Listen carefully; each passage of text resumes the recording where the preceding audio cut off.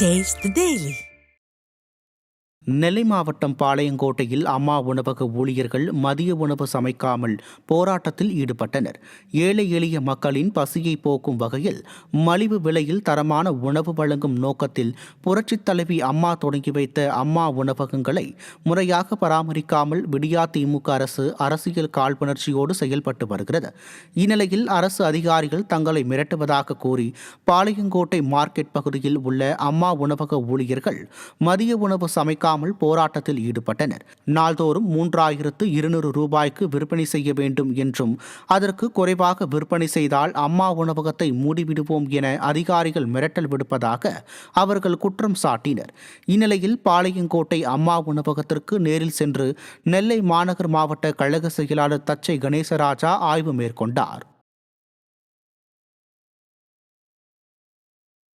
அம்மாவுடைய அதிமுக ஆட்சியில் இந்த அம்மா உணவகம் இப்போ ரொம்ப பால்பட்டு சீரடைஞ்சு சின்னாபண்ணமாக இருக்குது. என்னன்னு கேட்டால் அங்கே கிரைண்டர் கிடையாது, இடத்துல மிக்சி கிடையாது, தண்ணி கிடையாது.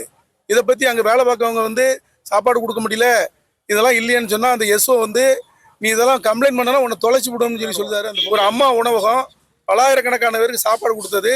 கொரோனா காலத்தில் 3 வேளையும் உணவு இது மூலம் தான் வழங்கப்பட்டது. இந்த கிரைண்டர் ரிப்பேர் ஆகிறது அப்போ இருக்க கமிஷன்ட்டு சொல்லி புது கிரைண்டர் வாங்கி கொடுத்து என்னென்ன ஜாமான் உண்டோ அத்தனை பண்ணி நாங்கள் பண்ணோம்.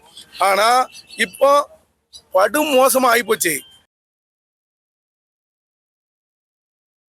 இப்போ ஒரு 2 வருஷமா அம்மா உனக்கு முன்னால ரொம்ப சுகாதார கடை இருக்கு. ஒரே வேன்கள் மறைச்சி இருந்ததுனால ஒரே யூரின் துர்நாற்றம். நம்பர் 1 நம்பர் 2 போறாங்க. கடைக்காரங்க பூரா அவ்வளோ குப்பையும் கொண்டு கொட்டுதாங்க. எங்களுக்கு அந்த பக்கம் கதவே திறக்க முடியல, ரொம்ப துர்நாட்டம். 2வது தண்ணி உப்பு தண்ணி தான் இருக்கு. சாப்பிட வர ஆட்கள் பூரா சத்தம் போடுதாங்க.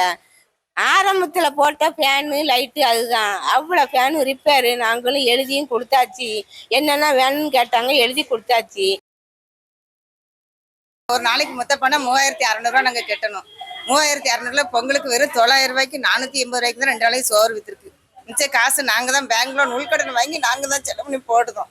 எங்கள் குடும்பத்தையும் பார்க்க முடியல. இங்கே நிறைய பணம் வருது, டெய்லி பணம் போட்டு 250 ரூபாய் நாங்கள் வர வேண்டியது இருக்கு. நாங்கள் இவ்வளோ காய் நாங்கள் வெட்டி வச்சிருக்கோம். இன்னும் உங்களை தொலைச்சி போடுவேன், அடிச்சு போடுவேன். அம்மாவனத்தை இழுத்து முடியல, எல்லாரும் வெளியே போங்கன்னா நாங்கள் என்ன செய்யட்டும்? என் குடும்பத்துல பிள்ளைல நாங்கள் தெருவில் தான் நாங்கள் வரணும். எங்களுக்கு ஒரு வழி கிடையாது. எனக்கு எங்கள் வீட்டுக்காரர் இறந்து போனாரு. அம்மா புண்ணியத்தில் அம்மாவனத்துல தான் வேலை பார்த்து நான் சாப்பிட விட்டு நிலைமையில நான் இருக்கேன். எனக்கு 3 பொட்ட பிள்ளைகள், இன்னும் 2 பிள்ளைகள் இருக்காங்க. கல்யாணம் முடிச்சு கொடுத்து படிக்க கட்டி பிள்ளைகள் இருக்காங்க. இப்படி நாங்க சாப்பாடு போட்டோம்னா என் குடும்பத்தை என்னால பார்க்க முடியல. சத்தியமா சொல்றது பார்க்க முடியல. தயவு செய்து தெரிஞ்ச இந்த சேனலை பார்த்துட்டு எங்களுக்கு ஒரு நல்ல முடிவு சொல்லுங்க.